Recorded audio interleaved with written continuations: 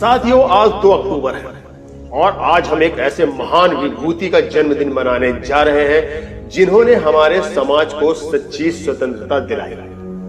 जी हाँ साथियों, उस सच्चे और महान स्वतंत्रता सेनानी का नाम है बाबू मसूरियादीन पासी।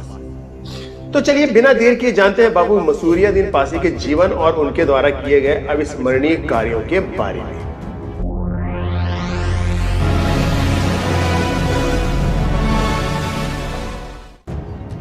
साथियों, यदि आप मेरे चैनल पर नए हैं तो आपसे मेरा निवेदन है कि प्लीज चैनल को सब्सक्राइब कर दें और बेल आइकन को जरूर दबा दें ताकि मेरे बनाए सारे वीडियो के नोटिफिकेशन समय समय पर आपको मिलते रहें।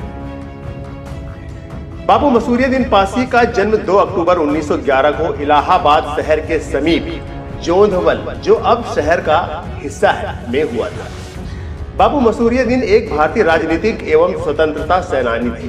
उनकी शिक्षा इलाहाबाद के एक सामान्य से सरकारी स्कूल में हुई थी। वे भारतीय संविधान सभा और तत्पश्चात 4 बार लोकसभा के सदस्य रहे। वे 1946 में भारत की संविधान सभा के लिए चुने गए।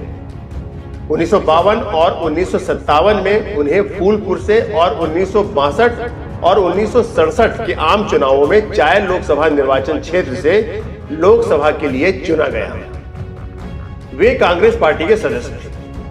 साथ ही इन्होंने पासी समाज के उत्थान के लिए एक अत्यंत महत्वपूर्ण भूमिका निभाई थी और यही वह खास वजह है कि आज के दिन यानी 2 अक्टूबर को हम सर्वप्रथम बापू मसूरियादीन पासी को याद करते हैं और उनके द्वारा पासी समाज के लिए किए गए कार्यों का आभार व्यक्त करते हुए दिल की गहराइयों से उन्हें भावभीनी श्रद्धांजलि देते हैं। साथियों, क्या आप जानते हैं कि वो खास वजह क्या है?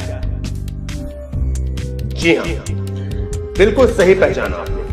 वो वजह है वीर पासी समाज के साथ साथ कई अन्य समाजों पर अंग्रेजों द्वारा 1871 में लगाए गए क्रिमिनल ट्राइब्स एक्ट यानी जरायम पेशा कानून से मुक्ति दिलाने में एक अहम भूमिका का निभाना और 1932 तथा 1944 के बीच में कई बार जेल भी गए। बाबू मसूरियादीन पासी ने पासी समाज को देश की मुख्य धारा से जोड़ने का एक महत्वपूर्ण कार्य किया।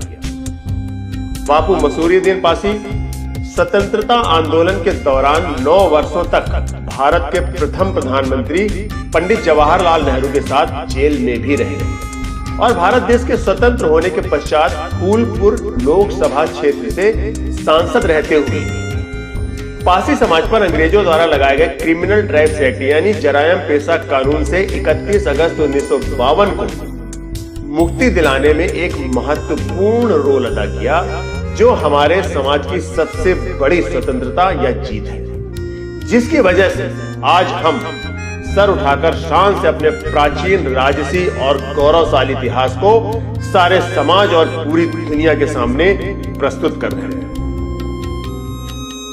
साथियों, 31 जुलाई 1978 को इस महान विभूति ने इस संसार को हमेशा हमेशा के लिए अलविदा कह दिया।